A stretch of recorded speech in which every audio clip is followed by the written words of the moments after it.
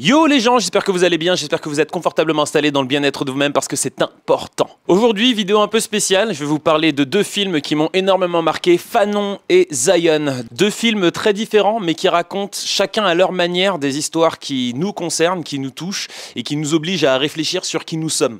Je précise tout de suite, ce n'est pas une vidéo où je vais comparer deux films, genre lequel est le meilleur. C'est presque dommage en fait finalement d'avoir à les comparer parce que ce sont deux films antillais et j'ai pas spécialement envie d'avoir à les opposer. Et d'ailleurs aujourd'hui pas de plainte, les films sont là, ils existent, ils sont beaux, ils sont puissants et je suis heureux de pouvoir vous en parler ici. On va commencer par Fanon. Alors le pitch de Fanon c'est très simple. Fanon ça retrace la vie de Frantz Fanon, psychiatre martiniquais, essayiste, écrivain, penseur fondamental de la décolonisation. Le film nous emmène à travers plusieurs étapes de sa vie. Son engagement pendant la Seconde Guerre mondiale, ses années d'études en médecine, en psychiatrie à Lyon, son poste à l'hôpital psychiatrique de Blida en Algérie où il va développer des théories sur l'impact psychologique de la colonisation et bien évidemment son implication directe dans la lutte pour l'indépendance de l'Algérie en rejoignant le Front de Libération Nationale. En fait ce film c'est presque une fresque, c'est un film qui est dense, il est atypique, on est presque sur du documentaire dans la précision, que ce soit les décors, les musiques et même les acteurs avec un casting absolument incroyable. L'acteur principal il est genre limite presque trop charismatique. J'avais la chance de pouvoir rencontrer la productrice qui disait que le plus difficile pour le tournage de ce film finalement c'était de retrouver tous les détails de l'époque, que ce soit les véhicules, les tenues. C'est une des choses d'ailleurs qui a rendu la production de ce film si compliquée. Et ouais, ce casting, en fait il respire la passion et j'ai envie de dire l'urgence de l'époque. Pour ceux qui ne connaissent pas encore, Frantz Fanon, c'est un auteur de livres majeurs comme Peau noire, Masque blanc, Les damnés de la terre. Il expliquait que en fait la colonisation c'était pas seulement une oppression économique ou politique, mais une aliénation psychologique. Que les colonisés, ils étaient poussés finalement à intérioriser une forme d'infériorité. C'est pour ça qu'il parlait des masques, qui était en fait finalement une forme de valorisation de l'homme blanc, que finalement le colonisé doit porter aussi un masque pour exister dans le monde et rejeter tout ce qu'il fait de lui qu'il est noir. Parce qu'encore une fois, être noir, c'est pas juste une question de couleur de peau, ça vient avec une culture également. Et dans ce cadre-là, on a peu tendance à valoriser cette culture. Il dénonçait aussi comment les conflits post-coloniaux en Afrique étaient liés aux cicatrices laissées par l'histoire coloniale. Et donc non, on n'est pas sur des guerres tribales absurdes, mais finalement sur les conséquences de l'ingérence étrangère. Il y a une phrase dans le film Fanon qui m'a absolument bouleversé. Il dit « On nous a appris à avoir tellement honte du noir qu'on se méfie les uns des autres, impossible de vivre ensemble. » Et ça me touche directement. Mais je voudrais justement vous dire un petit peu à cœur ouvert ce que j'ai pensé de ce film. Le film est fort, le film est bon, la musique, le casting, tout ça j'en ai parlé.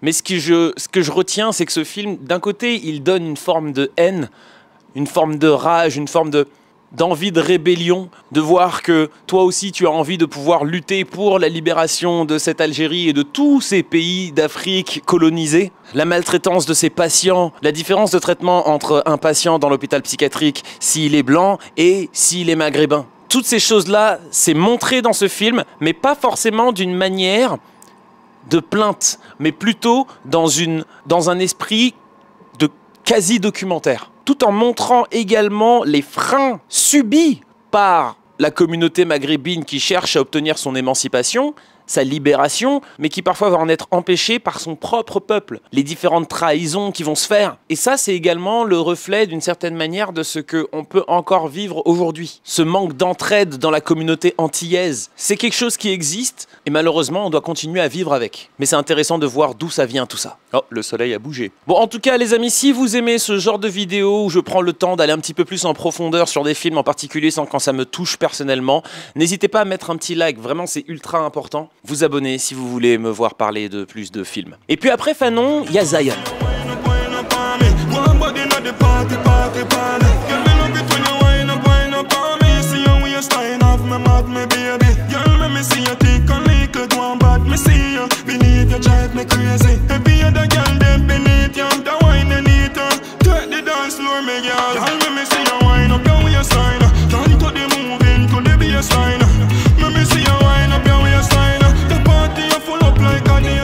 Depuis que le groupe Kassa va commencer, nous avons eu une mission sur Terre et on la continue jusqu'à aujourd'hui. C'est la mission de promouvoir notre musique à travers le monde, mais aussi de transmettre cette musique à nos jeunes.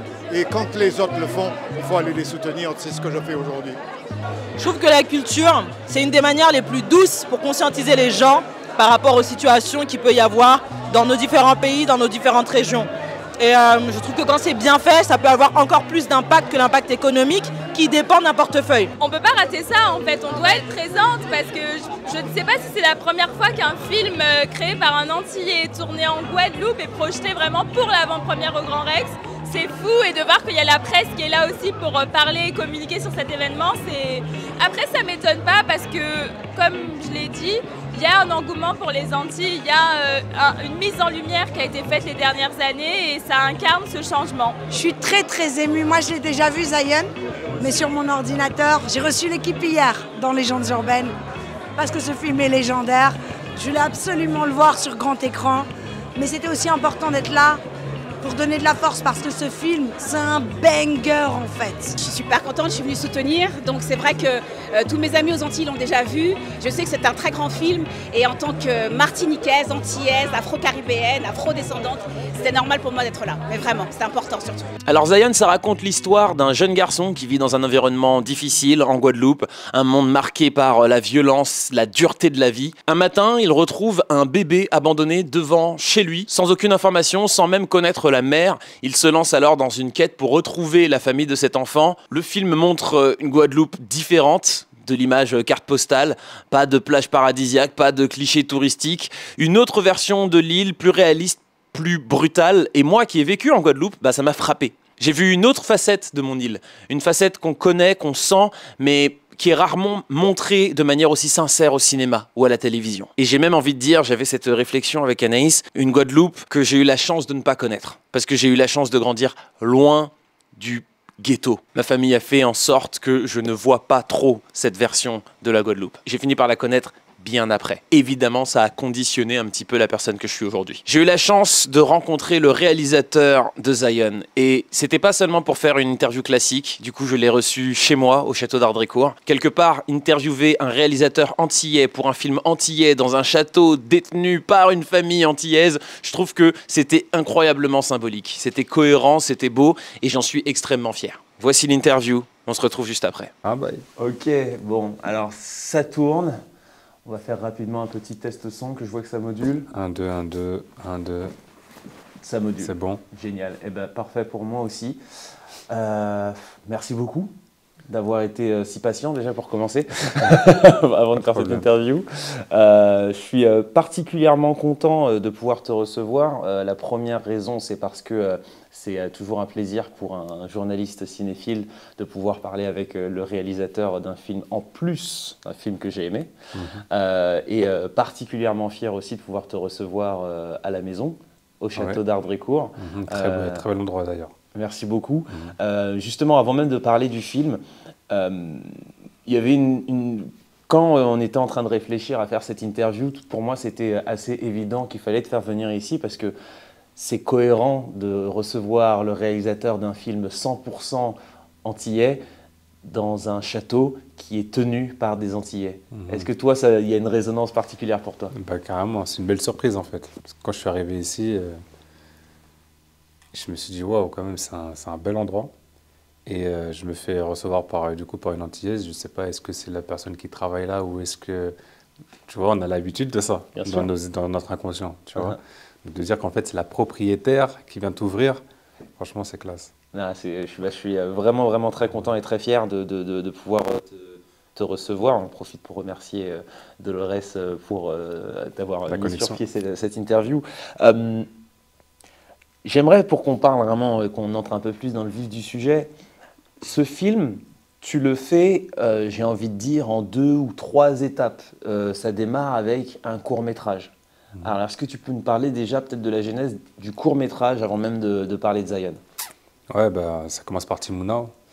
Timounao, ça démarre parce que, en fait, c'est une idée que j'ai. Je ne suis même pas encore retourné habiter aux Antilles. D'accord. À ce moment-là. Okay. J'ai cette idée-là parce que je suis dans un moment où je viens de faire un petit court-métrage qui s'appelle 5 minutes 20 que j'ai tourné aux Antilles et j'ai vraiment envie de tourner quelque chose là-bas. Et je suis dans un moment de retour. Je suis en train de repartir. Et j'ai cette idée. Et là, je dis ça à un ami à moi. Je ne sais pas pourquoi, j'ai envie d'un truc avec un bébé, avec un gars dans le ghetto, avec un bébé qui retrouve un bébé devant sa porte. Et dans ma tête, j'imaginais le truc d'abord dans un panier en osier, tu vois, comme pour faire le marché. Puis c'est devenu le cabas, parce que c'est plus puissant. Mais j'avais déjà ça en tête en quoi, 2017. D'accord. Et je pars aux Antilles en 2017, me réinstaller. Et à ce moment-là, je commence à écrire du coup, et j'envoie ça en 2018, un appel à projet. Je gagne l'appel à projet en 2018. Je tourne Timouna en 2019. Timouna sort en 2020, tu vois. Et en plein, d'ailleurs, on le sort et boum, le Covid nous arrête tout. Ok. Du coup, je peux même pas voyager avec le film. Le film voyage un peu. Il voyage pas comme il devrait, mais il voyage un peu et je peux pas voyager avec le film.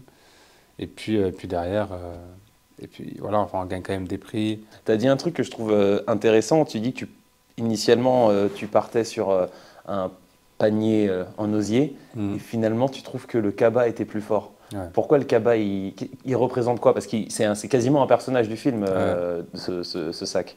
Parce que le cabas, il déshumanise le bébé. Okay. C'est ça qui est intéressant en fait, avec le cabas. Au-delà du fait qu'il y ait quelque chose de plus marquant, plus choquant de voir un bébé dans un cabas que dans un panier en osier au final. Le panier en osier, ça nous rappelle un petit peu les cigognes ou je sais pas, des choses qu'on a déjà vues. Voilà, Moïse, des choses qu'on a déjà vues. Le cabas, il a un truc de plus actuel, de plus moderne, de plus contemporain et aussi de plus déshumanisant parce que finalement, c'est là-dedans qu'on met nos courses. C'est un objet du quotidien, mais je trouve que c'est un objet culturel, le sac cabas. Aussi. On fait le marché avec, hein. Ma grand-mère fait le marché avec, enfin faisait, du coup elle a 100 ans aujourd'hui, elle ne fait plus trop le marché, mais on faisait le marché. D'ailleurs j'allais avec elle au marché à Bergevin, là où on a tourné, et ouais, ça fait partie de notre culture aussi, le cabas, comme aussi beaucoup les Arabes aussi, utilisent beaucoup les cabas, tu vois, on connaît tous les cabas tati aussi, enfin tous les... Voilà, bien sûr, ça fait partie aussi de la... C'est très populaire en fait un cabas.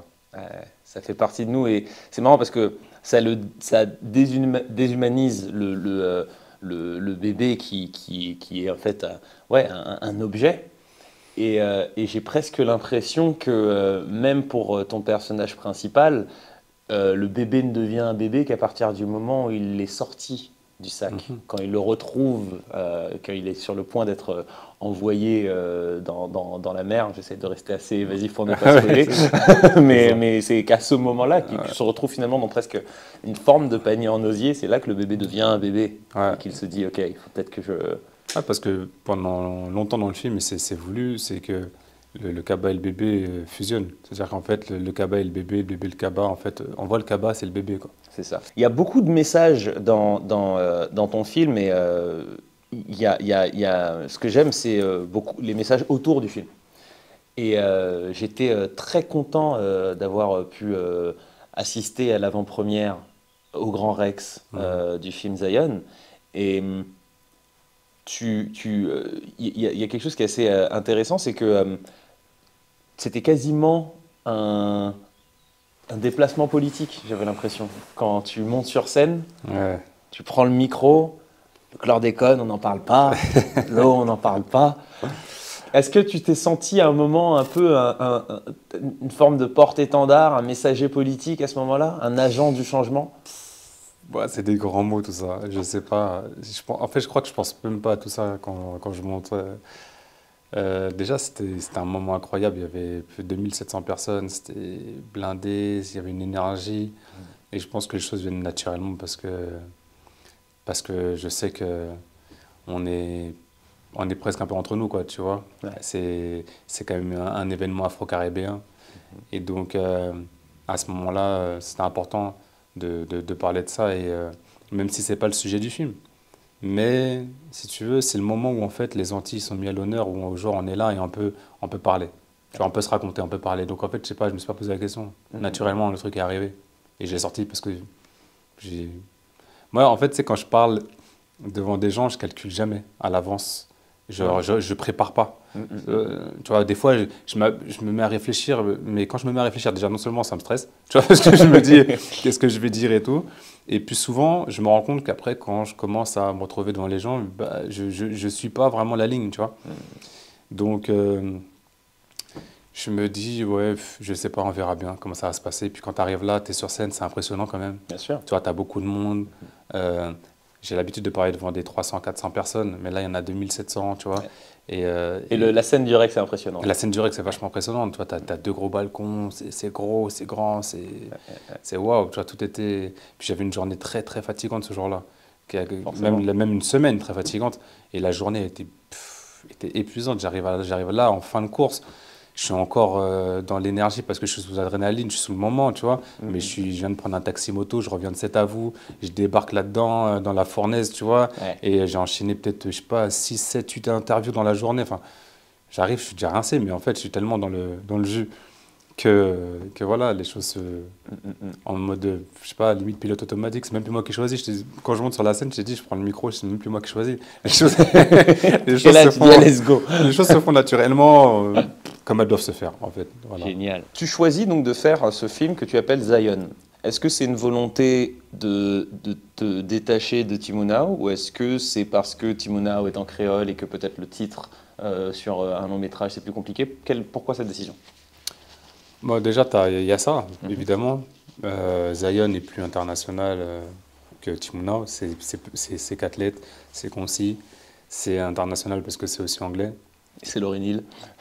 C'est Bob Marley, c'est Lauryn Hill, c'est les Rasta. Mais la volonté, c'est aussi de faire un autre film. Ouais, ok. Tu vois, parce qu'à la base, je voulais même pas faire Timonao en long métrage. C'est Jamel qui me convainc de ça. Jamel et Mohamed. J'aimerais qu'on parle un petit peu Ouais, plus tard de lui, ouais, bien sûr. Mais c'est à la base, moi, je voulais pas faire ce film en long métrage. Je voulais passer sur autre chose parce que, comme je t'ai dit, Timonao, ça a été de 2017 à 2020. Tu vois, c'est quand même long. À un moment donné, je termine avec ça, je suis fatigué, j'ai envie de faire autre chose. Ouais. Et en plus, tourner avec un bébé, je sais que c'est dur. Ouais. Et je sais que ça avait été dur déjà sur un court métrage. Je me dis, mais sur un long, ça va être l'enfer. Et donc, est-ce que je vais y arriver? Ça a été dur. Ouais. Ça a été dur. Et je me demande, est-ce que je vais y arriver? On a réussi à faire les choses bien, tu vois, grâce à l'équipe et tout. Mais ça n'a pas été évident. Et puis, tu sais pas ce que. Puis, tu as une espèce c'est aussi, comment dire, un peu un saut dans le vide où tu sais pas à quoi t'attendre. Tu as un bébé, le bébé, il donne ce qu'il veut, le bébé. Ouais. Est-ce que le bébé va me donner ce que je veux à ce moment-là? Est-ce que. Tu vois? Sans spoiler la fin, moi je voulais un regard cam. Tu vois? Et au final, c'est mieux ce qu'il a fait. Ouais. Comment se fait du coup cette rencontre avec Jamel Debbouze? Avant même de parler du film, est-ce qu'il y a une rencontre, vous vous connaissiez avant? Dis-moi tout. Alors, en fait, quand je fais mon premier court-métrage, ça s'appelle L'Enfant seul. Encore une histoire d'enfant, on va pas savoir pourquoi. Je fais ça, je fais mon film avec les moyens du bord. À cette époque-là, je suis coach sportif, j'écris mon scénario dans la salle de sport entre deux programmes de prise de masse, tu vois. Et je tourne avec mon fils, qui à cette époque-là, qui a 5 ans, pardon, qui a 5 ans, et un collègue.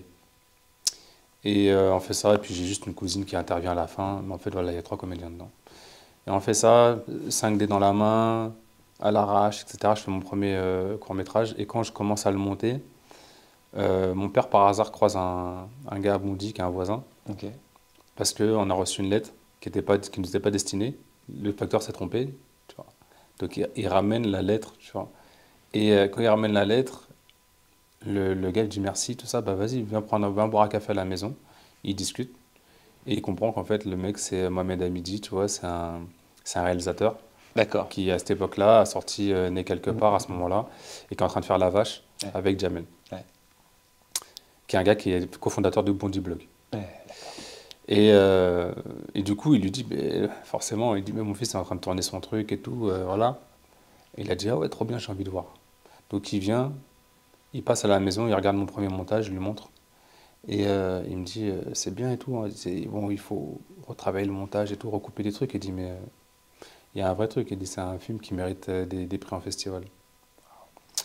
Et à partir de là, en fait, ça a été un peu un grand frère de cinéma, parce qu'il m'a beaucoup aidé sur tout ce qui est montage, tout ce qui est... il me faisait beaucoup de retours, tu vois, sur les choses, et j'aime bien avoir son avis sur les choses. Et puis le temps se fait, je lui dis que je repars en Guadeloupe, parce que j'ai besoin, il me dit, mais le cinéma, c'est à Paris, etc. Je lui dis, Paris, pas Paris, je m'en fous, moi j'ai besoin de retourner au pays, j'en ai besoin. Yes. Je pars. Et quand je fais Timouna, je fais monter mon film à Paris. Ok. Et je ramène mon premier montage et je lui montre, regarde et tout, dis-moi ce que tu en penses, fais-moi tes retours. Il regarde et il me regarde et il me dit, il y a du niveau. Et il me dit, je vais montrer ça à Jamel. Parce que il y a vraiment un truc. Wow. Je lui dis, ok, cool. Quelques semaines passent, ou mois, je sais plus, je suis en Guadeloupe, je suis au terrain de basket avec mon fils et je reçois un audio et j'entends Mohamed avec Jamel qui parle derrière en disant ramène-le-moi, tout ça, je veux le voir. Et ça a commencé comme ça. Et donc, du coup, quand je suis revenu sur Paris, on a fait un rendez-vous, on s'est vus et puis c'était une belle rencontre. C'était presque un peu, ce moment-là, c'était un peu lunaire parce que moi, comme je t'ai dit, j'habite à Bergevin, je suis en train de, enfin, ça fait des années que j'avance pour essayer d'exister dans le cinéma, que j'ai fait all-in, j'ai arrêté mon taf, je gagne plus rien depuis plusieurs années, c'est la galère, et que j'arrive devant Jamel, qui finalement est le Jamel que je connais depuis petit, en fait, que je vois devant moi, parce qu'il n'y a pas aucune différence, tu vois, je vois vraiment, voilà, je vois numéro bis, quoi, tu vois, devant moi. Littéralement. Voilà. et qui me dit des trucs comme quoi, j'ai le truc des grands réals, que ceci, que ce que j'ai fait, c'est incroyable et tout. Et il me dit, je sais que tu n'as pas besoin de moi, mais je veux qu'on taffe ensemble. Et moi, je me dis, je suis en train de me dire, mais j'ai pas besoin de toi. Et c'est quoi cette histoire et tout. Du coup, je me suis dit, bah ok. Il me dit, mais cette histoire-là, j'aimerais que tu la fasses en long métrage. Et c'est là que moi, je lui dis, ouais, mais regarde, j'ai un autre truc là que j'ai envie de faire. Et à chaque fois, il me ramène sur cette histoire-là. Il me dit, d'accord et tout, tu pourras faire ça. Il dit, mais là, maintenant, franchement, ton histoire, là, tu as un truc. C'est ça qu'il faut que tu développes. En plus, tu as ton court-métrage qui va t'aider à ça. Et j'ai beaucoup aimé d'ailleurs ça dans ton film, que ton personnage principal, c'est pas un super-héros. C'est pas le mec qui d'un seul coup va se mettre à maîtriser les armes et entrer dans une séquence d'action monumentale. Ouais. Il est ancré dans le réel. Ouais, moi je déteste ça de toute façon. Les films où les mecs ils sont invincibles et qu'ils éteignent des gens en 2 mouvements, ça n'existe pas. T'aimes les mangas ? Ouais, j'aime bien les mangas. Après, je suis pas un grand mangeur de mangas, mais je m'étais tapé Naruto à l'époque et un peu d'autres choses. Mais moi, j'aime beaucoup parce que les mangas c'est vraiment un autre type de narration. Ouais. C'est une narration qui est très dans le détail, où genre on va démultiplier le temps, tu vois, et on va beaucoup parler, analyser, tu vois, et voilà. C'est un côté presque didactique, mais c'est fait d'une manière qui fonctionne bien. Parce que pour moi, l'intro, je la trouve très manga-esque du film. Ok. Je la trouve très manga-esque, on va retrouver ton personnage principal, tu vois sa routine un peu destroy, tu vois son téléphone quand il est en train de rechercher qui est la potentielle maman. Et il y a un côté du loser que tu retrouves vachement dans le manga. Donc c'est pour ça que je me suis demandé si... Parce que le manga, au final, ils humanisent très bien. Ils savent très bien faire ça, humaniser les personnages et leur montrer en fait toutes leurs failles, leurs faiblesses, leurs fragilités, leurs forces aussi. Mais tu vois, t'as plein de trucs comme ça. Souvent, pour prendre l'exemple de Naruto par exemple, je sais pas, tu prends Rock Lee, et il te raconte, tu vois, l'histoire de Rock Lee, qu'en fait lui, ça le peine de pas avoir de talent, mais que c'est un bosseur, c'est un charbonneur, tu vois. Et en fait, t'as tout ça en fait. Ou Naruto, pareil, qui souffre de sa solitude parce que les gens le rejettent, parce qu'en fait, il sait même pas qu'il a le démon renard en lui. Kyuubi, qui est en vrai une espèce de métaphore de l'ego, tu vois, que tu as à l'intérieur, c'est-à-dire que quand tu arrives à maîtriser ça, tu peux être très fort, mais si tu te laisses manger par ça, il te détruit. Tu vois, enfin, c'est ça qui est très beau, en fait, parce que c'est toujours assez poétique et très imagé dans le manga. Moi, la séquence, parce que c'est marrant que tu parles de Naruto, parce que c'est littéralement l'exemple que j'avais en tête. Moi, l'introduction, je retrouve l'épisode où on découvre où Naruto vit, quand il vit seul, etc. Il a sa boîte de lait périmée, etc. Bah, je vois, le parallèle était assez évident pour moi, donc, mais c'était finalement pas volontaire. Non, c'est vraiment, c'est peut-être une sorte d'un truc d'inconscience. Comme un peu tout chez moi. Je fonctionne tout le temps comme ça, en mode j'intellectualise très peu et je fonctionne au moment aux émotions. Et donc en réalité, comme les choses viennent toujours de quelque part, je ne cherche pas à savoir d'où elles viennent. Aujourd'hui, le film est sorti. On me disait tout à l'heure que vous dépassez les 300 000 entrées. On les passe là, ouais. Donc félicitations. Merci. C'est génial, c'est une fierté. Qu'est-ce que tu penses que... Qu'est-ce que tu visualises pour la suite? Pour Zion? Pour Zion, pour toi? Bah, pour Zion, j'espère monter encore un peu. Parce que, ouais, on va pas se mentir, moi j'ai toujours des... Tout le monde me dit, tout le monde vient me voir en me disant, ouais, c'est incroyable, t'as vu, t'es content, t'es content. Tout le monde a envie de voir, tu vois, de sentir que je suis content. T'es content, t'es content. Et mon problème à moi, c'est une qualité défaut, mais c'est que je suis tellement exigeant et que j'attends tellement, tu vois, des choses, qu'au final, c'est ce qui me permet de faire des choses bien. Ouais. Et en même temps, tout le monde autour de moi me dit maintenant, stop, maintenant il faut que tu acceptes et que tu profites et que tu sois satisfait. Parce que moi, j'ai tendance à être un éternel insatisfait. Tu vois, je me place des objectifs et si j'y arrive pas, je vais dire, bah, j'y suis pas arrivé. Mais je vais pas me dire, ouais, mais j'ai quand même réussi ça, c'est beaucoup. Tu comprends? Donc, je sais pas, si je te dis, je vise la Lune et qu'au final, je suis dans l'espace, les gens ils vont dire, je vais dire, putain, j'ai raté la Lune, tu vois. Tu vas dire, ouais, mais t'es quand même dans l'espace. Je dis, ouais, mais bon, moi, ce que je voulais, c'est être sur la Lune. Tu vois? Tu comprends? Et donc, c'est toujours, je joue toujours avec ça, c'est toujours un peu compliqué. Donc, je fais un gros travail sur moi-même. Pour pas être un éternel insatisfait tout le temps. Et là, d'être satisfait de ce qui se passe. Et bien sûr que je suis satisfait, évidemment. Pour moi, en tout cas, bah, l'objectif de base, bon, déjà, c'était de faire un film qui marque. Ouais. Je pense que j'ai réussi. Et donc, ça, c'est ma plus grande satisfaction. Les retours des Antillais, des Guyanais, même des Africains. Quand on a été la dernière fois, on a été à la soirée pour le Congo à Bercy là, et du coup il y avait des Congolais qui sont venus me voir et tout ça qui me remerciaient pour le film. Je trouvais ça trop bien. Moi, ce que je veux, c'est pouvoir continuer à faire ce que je fais. De toute façon, mon but à la base, mon objectif, ça a toujours été de pouvoir vivre de ma passion. Aujourd'hui, c'est le cas. Ça a pris beaucoup de temps. J'ai cru que j'y arriverais. Enfin, je sais pas, je peux dire que j'ai cru que j'y arriverais pas parce que c'est pas vrai, mais à un moment donné, je me suis dit, mais punaise, quand est-ce que ça va arriver? Une des raisons pour lesquelles je voulais qu'on vienne ici, c'était pour te parler également d'un dilemme que je pense beaucoup de personnes afrodescendantes peuvent ressentir. On a souvent une tendance, je trouve, en particulier aux Antilles, mais globalement dans l'afrodescendance, on dit souvent de nous qu'on n'est pas des personnes qui s'entraident énormément. Et que on reste souvent un petit peu dans notre coin. Dès que quelqu'un réussit, il se cache quasiment de sa communauté, de sa famille même parfois. Aujourd'hui, tu as une position que tu as prise, qui t'a été donnée, peu importe, mais en tout cas c'est une position que tu as aujourd'hui, qui est donc de parler presque pour une communauté et qui va au-delà des dom-toms ou des drômes ou de l'outre-mer en tout cas. Est-ce que toi, tu as conscience de cet impact? Est-ce que tu en es content? Et est-ce que tu as une vision sur ce qui est possible de faire pour la jeunesse afrodescendante? Si j'ai conscience de ma responsabilité, en gros, c'est ça que tu veux dire? Ouais, j'en ai conscience.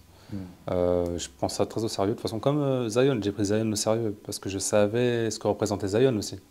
Ouais. Pour les Antillais, même pour les afrodescendants de manière générale. Je savais ce que ça représentait de faire Zion et j'ai pris ça. Et c'est pour ça que j'ai fait aucune concession. Okay. Zion, c'est le film que je voulais faire. Tu vois, et à aucun moment j'ai trahi ce que je voulais faire. Et c'est pour ça que je pense que il est accepté comme ça, le film. Et que les gens sont fiers, tu vois. Le côté entraide, enfin, en tout cas, on a une idée, parfois, en tout cas, on nous montre du doigt en disant qu'on ne sait pas travailler en communauté. Et moi, je ne trouve pas ça vrai. Je trouve que Zion a été fait parce qu'on nous a aidés. Tu vois, parce que les gens dans la rue, les mecs, les gens dans les quartiers, qu'importe, tout le monde nous a aidés. Tout le monde nous a donné du love et tout le monde a poussé parce qu'ils savaient ce qu'on était en train de faire. Sur Timouna, ça a été pareil. On nous a prêté des choses, on nous a passé un T-Max, vas-y, on va le récupérer ce soir, prends. Tu vois, enfin, ou une épicerie, venez tourner, on laisse l'épicerie ouverte le soir, on ne nous demande rien du tout, tu vois. Okay. Et ça, c'était le cas sur Timouna, sur Zion. Et moi, je ne peux pas dire qu'on ne cède pas, c'est pas vrai. On cède. Par contre, il suffit des fois d'une seule personne. Tu vois? Parce que le mal prend toujours facilement le dessus sur le bien. Tu vois? C'est ça le problème. C'est qu'en fait, on a l'esprit humain, il va focaliser très vite sur un truc mal. Donc il suffit d'une personne qui va faire un truc mal, derrière qui va essayer de nous tirer dans les pattes ou quoi que ce soit, contre 1000 qui ont poussé derrière, et on va retenir cette personne-là. Et le problème, c'est que nous, on a toujours tenté de nous diviser dans l'histoire. Ça a toujours été l'objectif, de nous diviser parce qu'on a voulu aussi nous exploiter. Donc pour exploiter, il faut diviser. Donc cette personne-là, on va la montrer du doigt et on va lui donner de la force. Et du coup, on va en faire une généralité. Mais c'est pas vrai. C'est pas vrai. Quand tu regardes bien, quand tu travailles dans le truc, tu te rends compte qu'en fait, non, sur 1000 personnes, il y en a une. Laisse-la, c'est pas grave. Moi, s'il y a 1000 personnes qui me disent merci, et une personne qui me dit c'est pourri ce que tu as fait, tu fais honte aux Antilles, t'aurais dû parler de ça, t'aurais dû faire ceci, t'aurais dû faire cela, t'es pas quelqu'un de bien, t'es ceci, t'es cela, et qu'il y a un ami qui me dise merci, c'est super, c'est incroyable ce que tu as fait, est-ce qu'il va falloir que je me concentre sur cette personne-là qui m'insulte ou qui... Tu comprends ce que je veux dire? Totalement. Il faut avancer. Je pense que c'est une bonne manière de conclure cette interview. Faut avancer et tu sais que je fais partie des personnes qui sont dans l'attente, moi, qu'il y ait un jour un film mainstream où on verrait un homme noir dans une bonne situation financière. Est-ce qu'il n'y en a pas aux États-Unis? Français. Ah, français, tu parles. Ah, d'accord. Okay. Un film français où tu as un homme noir, un film français mainstream, je ne parle pas de film d'auteur, où on a un personnage principal noir et une bonne situation financière légale. D'accord. Ouais. Tu vois à quel point ça te fait chercher. Hein. Ouais, Tandis que si tu cherches ça aux États-Unis, tu trouves assez vite un film. Alors, je crois qu'il y en a, mais... La moitié des films de Tyler Perry, déjà... Non, je parle en France. Mais en France, pour le trouver, il faut se lever tôt. Hein. Ouais, alors, si c'est pas une comédie, parce que tu vas en avoir sous forme de comédie. C'est ça. Sous forme et de encore, film. bonne situation financière. Voilà, sous forme de film sérieux. Ouais, mais on est très en retard à ce niveau-là. Ça, c'est le truc que j'espère et qui pourrait arriver. Non, ça va arriver. Mais là-dessus, j'ai aucun doute. Ça va arriver bientôt. Parce que je pense qu'il y a aussi il y a un changement, il y a une dynamique qui est en train de se faire. Et donc, c'est pour ça que je trouve que c'est une très belle chose quand tu disais il faut avancer. Parce qu'on avance justement. Il faut évoluer, mais ça ne va pas tarder. Je ne parle pas de moi, je ne parle pas forcément de moi, mon travail. Oui. Mais ça, c'est des choses qui vont arriver très vite, moi j'en suis sûr. Super. On va avoir très bientôt, on est sur les 125 ans du panafricanisme. 125 ans où on parle du discours sur la réparation, des discours sur ce que les États africains attendent. Aujourd'hui, il y a de plus en plus de rapprochement entre la diaspora, que ce soit les Antilles, les Africains, où on a de plus en plus l'émergence de ce mot, l'afrodescendance. Voir un film comme le tien, ça envoie un message qui est fort, parce que quand des gens disent qu'on n'est pas capable de s'entraider, eh ben regardez, on est capable de faire un film, et un film qui est numéro 1. Donc, merci beaucoup. Merci à toi. De toute façon, le cinéma, c'est un travail d'équipe. Tu vois, tu peux pas faire un film tout seul. Toi, tu peux le porter, c'est ça que tu fais. Tu le fais mûrir, tu le portes, tu mets toute ton énergie dedans, et à un moment donné, il faut savoir t'entourer. C'est avec les gens avec qui tu vas avancer, parce qu'il y a tellement de choses dans le cinéma que, voilà, tu regardes un générique, tu as vu le nombre de personnes qui travaillent. Donc, non, c'est un travail d'équipe, et puis c'est un film qui a été fait avec l'amour de tout le monde, et avec l'amour du pays, l'amour du peuple. Et ça, je pense que ça se sent. Ça se sent à 100%. Ouais. Merci beaucoup d'avoir fait ce film. Merci d'être venu. Merci pour ta patience. Merci pour ton invitation. Avec grand plaisir. Et j'ose espérer que tu vas revenir très bientôt. Au moins à la rentrée. C'est un petit teasing, ça. Ouais, écoute, il n'y a pas de problème. Hein, tu m'invites et on revoit. Hein. Avec vraiment grand plaisir. Yes. En résumé, Fanon et Zion sont deux œuvres différentes, mais complémentaires. L'un raconte la lutte pour exister, comprendre son identité, se libérer. L'autre montre ce que cela donne aujourd'hui quand on essaie d'avancer malgré les blessures, malgré le monde de violence. Ces deux films rassemblent et se ressemblent. Ils sont des actes d'amour pour nous-mêmes, pour notre culture, pour notre avenir. Je vous encourage vraiment à aller les voir si vous en avez l'occasion, ou s'ils sont disponibles en VOD autour de chez vous, prenez-les. Et aussi, prenez le temps de lire Frantz Fanon. Il n'est jamais trop tard pour comprendre d'où l'on vient et même si vous n'êtes pas forcément issu de ces cultures-là, ça peut être intéressant de découvrir. Portez-vous bien les amis, j'espère que vous étiez confortablement installés dans le bien-être de vous-même parce que c'est important. On se retrouve très bientôt pour une nouvelle vidéo. Peut-être que ce sera sur du ciné, peut-être que ce sera sur une série ou sur du panafricanisme, de l'afro-descendance, que sais-je, j'en sais rien. Je ferai une vidéo, j'aime en faire et j'espère que vous aimez les regarder. Peace!